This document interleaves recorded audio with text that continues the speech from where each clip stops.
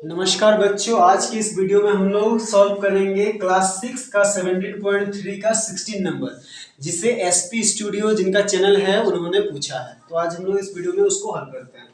तो 16 number question क्या है? निम्नलिखित आकृतियों को आयत या वर्गों में अलग कीजिए एवं इसका क्षेत्रफल ज्ञात कीजिए। भुजाओं की माप सेमी में दी गई है। तो कई सारी आकृतियां दी गई हैं, उनकी भुजाएं दिया है, तो हमें उनका क्षेत्रफल निकालना है। तो पहली आकृति देखिए कुछ इस तरह से है। तो हम लोग इसको क्या लिखते हैं, इसको एक नाम दे देते हैं। ये आकृति 1, ये आकृति 2। देखिए आकृति 1 में क्या है, ये देखिए ये लंबाई है 2 सेंटीमीटर और ये चौड़ाई भी कितना है 2 सेंटीमीटर, यानी कि आकृति 1 क्या है, एक वर्ग है।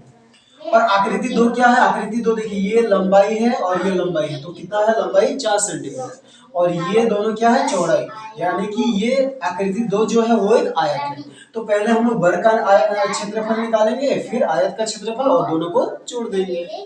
तो पहले लिखते हैं आकृति 1 के लिए।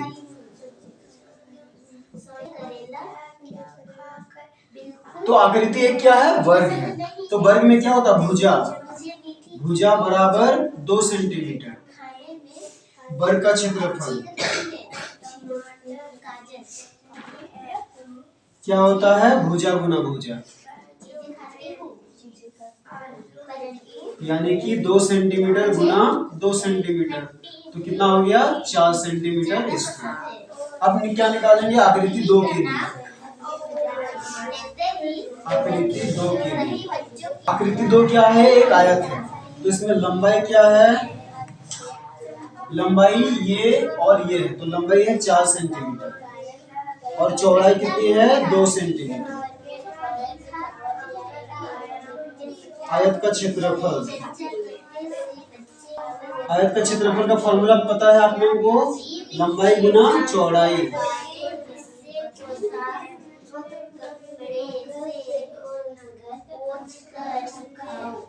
तो लंबाई की जगह कितनी है, लंबाई की जगह है 4 सेंटीमीटर गुना चौड़ाई की जगह कितना है 2 सेंटीमीटर, यानी कि 4 दूनी 8 सेंटीमीटर स्क्वायर।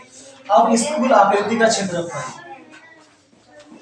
आकृति बराबर क्या होगा, बराबर आकृति 1 का क्षेत्रफल जोड़ आकृति 2 का क्षेत्रफल। क्षेत्रफल को हमने शॉर्ट में लिख दिया, ठीक है। तो आकृति 1 का क्षेत्रफल कितना आया है 4 सेंटीमीटर और आकृति 2 का क्षेत्रफल कितना आया है 8 सेंटीमीटर स्क्वायर। तो दोनों को जोड़ेंगे तो 12 सेंटीमीटर, ठीक है। तो देखिए बी नंबर क्वेश्चन क्या है, कुछ इस तरह का ड्राइंग है। इसको हम लोग क्या करते हैं, वर्ग या आयत में बांटते हैं। तो यहाँ से एक लाइन खींचते हैं, फिर यहाँ से एक लाइन, तो ये कितना भागों में बंट गया, 3 भाग में। इसको पहला भाग नाम देते हैं, ये भाग 2 है और ये भाग 3 है, ठीक है। तो अब ये भाग 1 क्या है, देखिए ये एक आयत है, ये लंबाई है, ये दोनों लंबाई है कितना 2 सेंटीमीटर और ये क्या है चौड़ाई। तो लिखेंगे भाग 1 के लिए, ठीक है। तो इसमें क्या है, लंबाई बराबर, लंबाई को हमने शॉर्ट में लिखा 2 सेंटीमीटर और चौड़ाई बराबर कितना है 1 सेंटीमीटर। तो ये क्या है, आयत है, तो आयत का क्षेत्रफल, या फिर भाग 1 का क्षेत्रफल लिखिए। भाग 1 ये आयत है, इसीलिए इसका क्षेत्रफल क्या होगा, लंबाई गुना चौड़ाई, लंबाई गुना चौड़ाई। तो लंबाई की जगह 2 सेंटीमीटर और चौड़ाई की जगह 1 सेंटीमीटर, तो कितना हो गया 2 सेंटीमीटर स्क्वायर। अब क्या करते हैं भाग 2 के लिए, इसमें भी क्या भाग 2, देखिए ये क्या है, यहाँ से यहाँ और ये दोनों लंबाई है और ये दोनों चौड़ाई। तो ये लंबाई कितना हो गया 2 सेंटीमीटर और चौड़ाई कितना होगा, यहाँ से यहाँ 1 है, देखिए यहाँ से यहाँ 2 है और यहाँ से यहाँ 1 है, तो यहाँ से यहाँ कितना होगा 1 सेंटीमीटर। तो इसमें लंबाई बराबर 2 सेंटीमीटर और चौड़ाई बराबर 1 सेंटीमीटर। तो इसका क्षेत्रफल भी कितना आएगा, इतना ही आएगा, भाग 2 का क्षेत्रफल क्या 2 सेंटीमीटर स्क्वायर, ठीक है। अब भाग 3 करते हैं। भाग 3 के लिए, भाग 3 के लिए लंबाई क्या है, ये और ये दोनों लंबाई है, तो ये दोनों कितना है 5 सेंटीमीटर, लंबाई बराबर 5 सेंटीमीटर और चौड़ाई क्या है ये वाला और ये, तो चौड़ाई कितना है 1 सेंटीमीटर।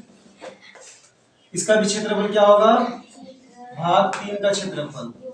क्या सूत्र लिखना है वही लंबाई गुना चौड़ाई,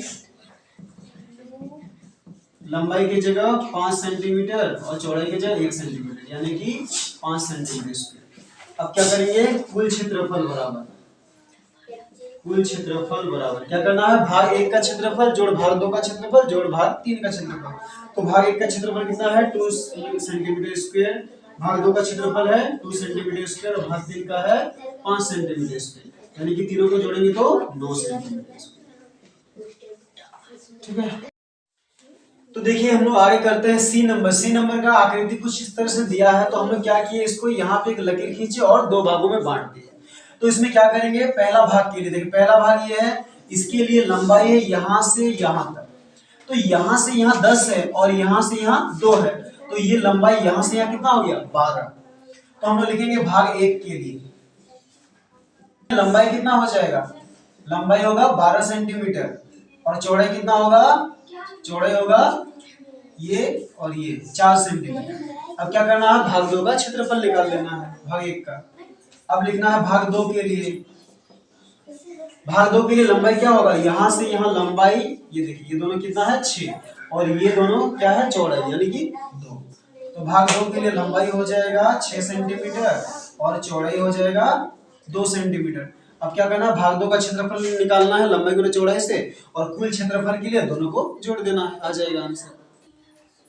अब नेक्स्ट देखिए डी नंबर। डी नंबर का आकृति कुछ इस तरह से है, तो इसको हमने क्या किया 3 भाग में बांटे, यहाँ से एक लकीर खींचे यहाँ से खींचे तो 3 भाग में बंट गया। तो इसमें देखिए भाग 1, भाग 1 का देखिए ये लंबाई 5 सेंटीमीटर ये चौड़ाई भी 5 सेंटीमीटर यानी कि भाग 1 क्या है वर्ग है, भाग 1 क्या है भुजा लिखेंगे इसमें, भुजा बराबर 5 सेंटीमीटर और उसके बाद क्या करेंगे वर्ग का क्षेत्रफल निकाल लेंगे।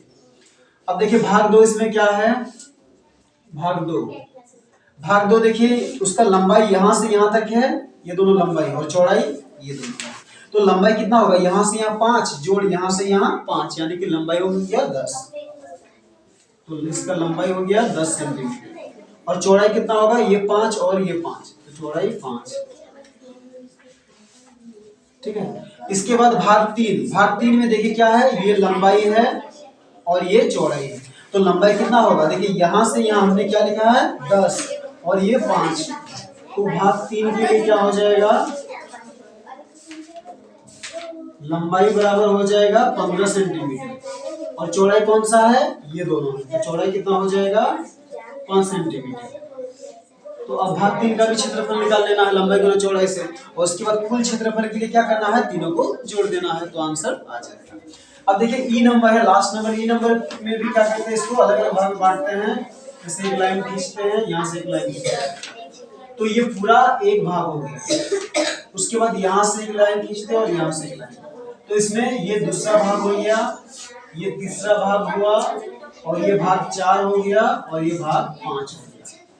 तो देखिए इसमें भाग 1 के लिए क्या होगा भाग 1, भाग 1 यहाँ से यहाँ तक है, तो भाग 1 का लंबाई देखिए यहाँ से ये लंबाई है, तो लंबाई कितना हो गया 7 सेंटीमीटर और यहाँ से यहाँ पूरा 2 है और यहाँ से यहाँ कितना है 1, तो ये चौड़ाई कितना हो जाएगा 1 सेंटीमीटर। तो भाग 1 के लिए लंबाई हो जाएगा 7 सेंटीमीटर और चौड़ाई कितना हो जाएगा 1 सेंटीमीटर। अब भाग 1 का क्षेत्रफल निकाल लेना है।